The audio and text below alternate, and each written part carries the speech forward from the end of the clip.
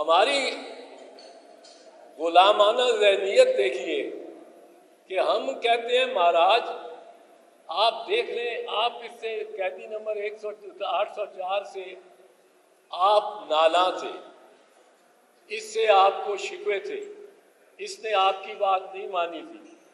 महाराज हमने इसको हटाया ही नहीं, सिर्फ हमने इसको पिंजरे में बंद कर दिया है, हमने उस पर कैमरे लगा दिए हैं, हमने उसको उसकी बैतुल खला और उसके बिस्तर के दरमियान कोई स्पेस ही नहीं छोड़ी।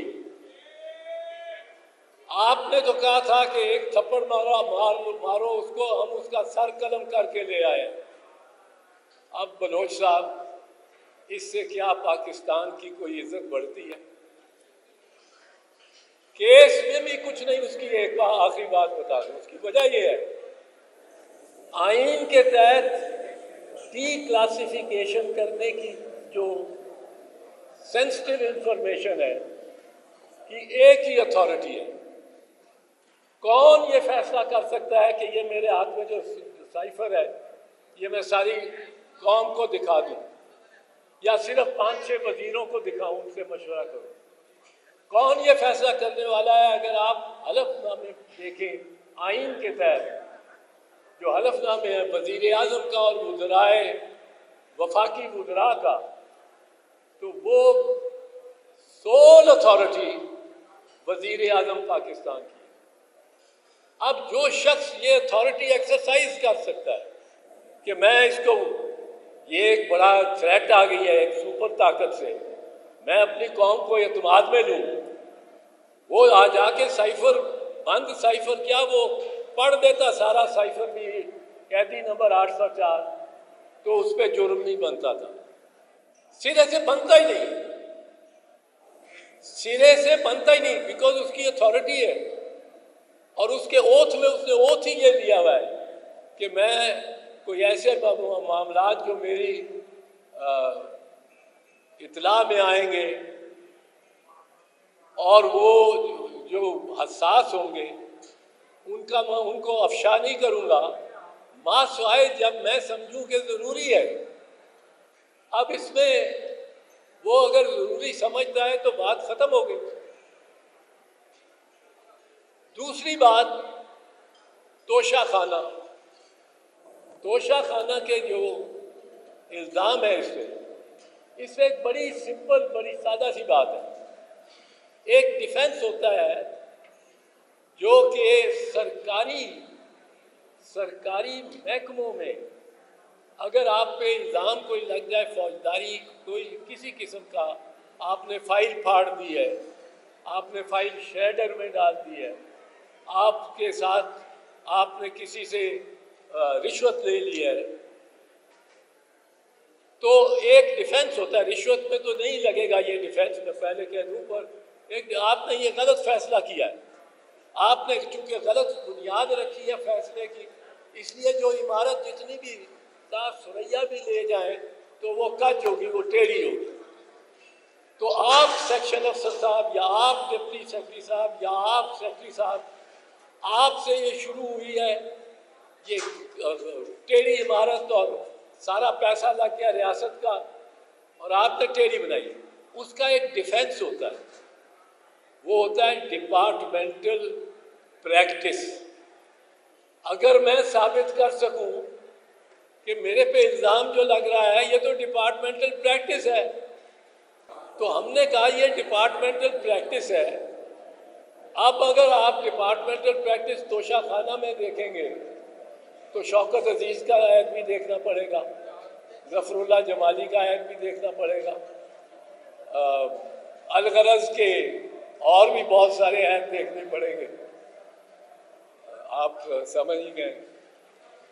तो उनमें क्या, किस तरह, क्या कैदी नंबर 804 ने कोई डिपार्टमेंटल प्रैक्टिस से कोई इनहराफ किया है कि ये डिपार्टमेंटल प्रैक्टिस ही हुई है कि आप तोशा खाना से गुजरते हुए आपने कहा है कि ये घड़ी ले लो, मिलिट्री सेक्रेटरी को कहा है, और ये कलम ले लो, और उन्होंने सारी कार्रवाई फिर मिलिट्री सेक्रेटरी ने की है।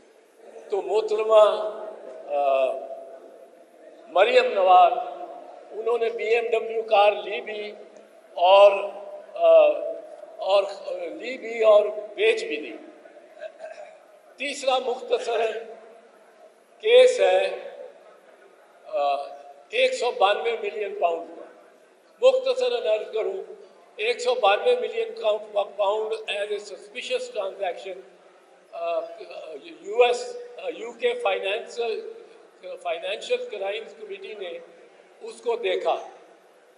वो मलिक रियाज के नाम से था, लेकिन उसमें हुसैन नवाज के भी कोई 43 मिलियन पाउंड जो एक प्रॉपर्टी थी हाइड पार्क 1 से मुतल्लिक था।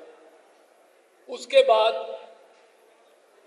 वो क्लियर कर दिया क्राइम एजेंसी ने, जिस पे आपको याद होगा कि शहबाज शरीफ साहब ने बड़ा अल्हम्दुलिल्लाह अल्हम्दुलिल्लाह अल्हम्दुलिल्लाह कहा, बड़ा चर्चा किया कि हम बरी हो गए। वो पैसा उसके पास ही जाना था जिसके नाम पे था जब सस्पिशियस ट्रांजैक्शन डिक्लेयर किया गया, और वो मलिक रियाज साहब, उसके अपने अकाउंट में सुप्रीम कोर्ट के पास जो एक एस्क्रो अकाउंट में वो चला गया। अब इसके बाद और लंबी कहानी कोई नहीं है। तो मैं ये अर्ज करना चाह रहा हूँ आखिर में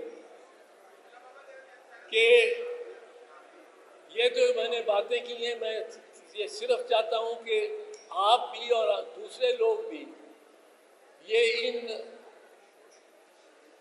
जो इल्ज़ामात हैं इनको देखें और ये आप सर्कुलेट करें। रही बात वकला और अदालतों की, वकला अपना लोहा पहले भी मनवा चुके हैं और इंशाअल्लाह आइंदा भी मनवाएंगे, क्योंकि वकला हमा वक्त आइन के साथ और कानून के साथ और उन सब सियासी कारकुनों के साथ वो किसी भी जमात से ताल्लुक़ रखते हों जो रियासती जबर और रियासती इंतकामी कार्रवाइयों के निशाना बन रहे हैं। और वकला इस मरतबा भी अगर साबिक चीफ जस्टिस उमर अता बंदयाल साहब ने एक फ़ैसला कर ही दिया होता, मैंने उनको बाद में कहा, एक फ़ैसला आप करते तो 10वीं पीढ़ी जो आपकी 10वीं पीढ़ी जो होती, उसने आपको ये मौका ये तकदीर ने मौका दिया था कि आपकी 10वीं पीढ़ी कहती असी बंदयाली हुन्ने आ ते साडा वडका उमर सी।